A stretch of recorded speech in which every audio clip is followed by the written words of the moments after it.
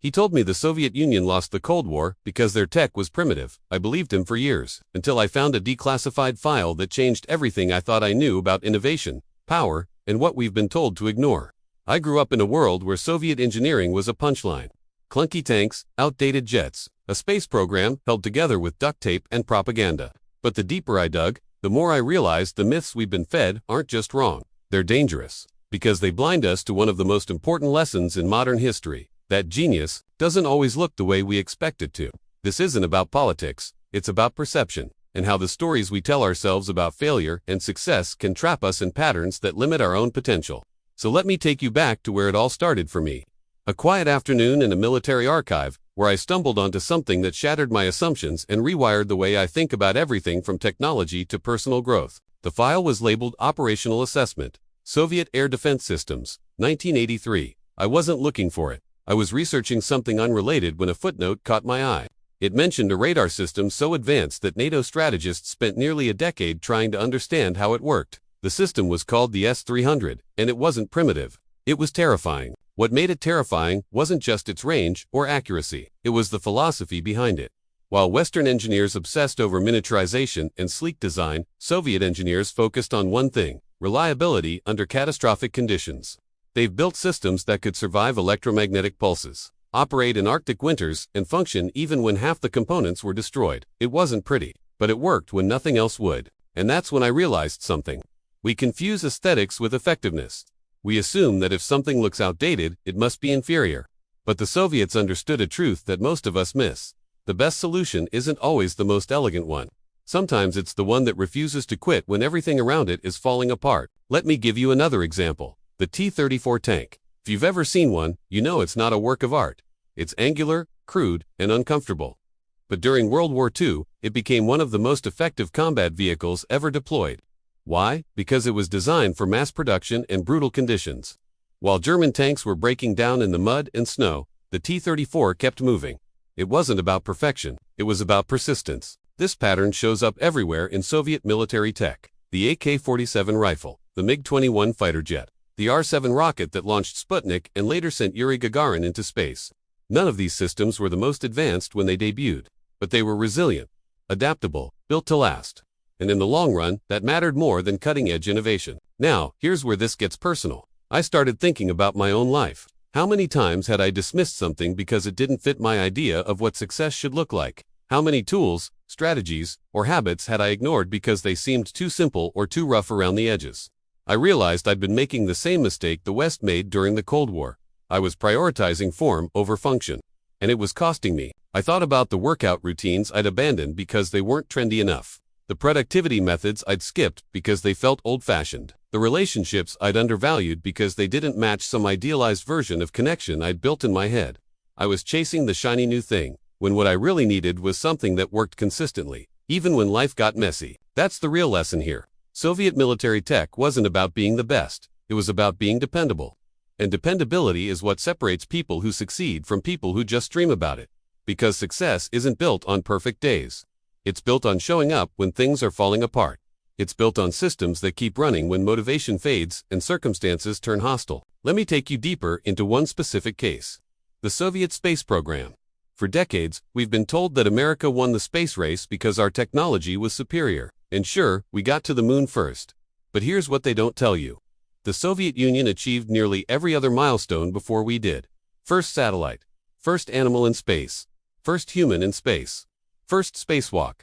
First space station. The list goes on. And they did it with a fraction of the budget NASA had. How? By embracing simplicity and redundancy. Soviet rockets used fewer types of engines, which made them easier to manufacture and repair. Their spacecraft were modular, so components could be swapped out quickly. They didn't chase perfection. They chased reliability, and it paid off in ways that still echo today. Right now, the only way to get astronauts to the International Space Station is on a Russian Soyuz capsule, a design that's been flying since the 1960s. Think about that for a second. A 60-year-old design is still the gold standard for human spaceflight, not because it's flashy, not because it's innovative, but because it works. Every single time. That's the power of building something that lasts, instead of something that dazzles. Now let's talk about what this means for you, because this isn't just a history lesson. It's a framework for how to approach your own goals, your own challenges, your own life. The myths about Soviet tech aren't just holding back our understanding of history. They're holding back our ability to recognize what actually matters in our own pursuits. We live in a world obsessed with hacks and shortcuts. We're bombarded with messages telling us that if we just buy the right gadget, follow the right guru, or adopt the right morning routine, everything will click into place. But the truth is, most of what we need already exists. We just need to use it consistently. We need to build systems that don't collapse the moment things get hard. I started applying this philosophy to my own routine. I stopped chasing the latest supplements and focused on the basics that had been proven for decades. I stopped jumping between workout programs and committed to one that was simple but brutal. I stopped looking for the perfect productivity app and went back to pen and paper. And you know what? Everything started to shift. It wasn't dramatic at first. There was no lightning bolt moment, but over weeks and months, I noticed something. I was making progress. Real, measurable progress. Not because I'd found some secret weapon, but because I'd stopped abandoning things that worked just because they weren't exciting anymore. I'd learned to value reliability over novelty. And that changed everything. What surprised me the most wasn't just how a basic creatine monohydrate supplement improved my experience with consistent strength training and recovery, but how everything started to feel different once I switched to the right one. I didn't expect such a clear change, and honestly, I tested more than a few before finding what actually worked. This isn't a promo or sponsorship, just sharing real results that made a noticeable difference for me. I'll leave the link below, in case you want to dig into it yourself and see what I mean. But here's the deeper point. The same myths that convinced us Soviet tech was inferior are the same myths that convince us we're not good enough unless we're constantly upgrading, constantly innovating, constantly chasing the next big thing. We're told that if we're not at the cutting edge, we're falling behind. But the truth is, the cutting edge is often fragile. It's the proven, the tested, the reliable that carries us through when conditions get tough. Soviet engineers understood this because they had no choice. They were working with limited resources, harsh environments, and relentless pressure. They couldn't afford to build something beautiful that broke down under stress. They had to build something ugly that survived, and in doing so, they created a legacy of engineering that still influences global military and space technology today. So what does this mean for you right now? It means you need to stop underestimating the basics. Stop dismissing strategies because they're not trendy.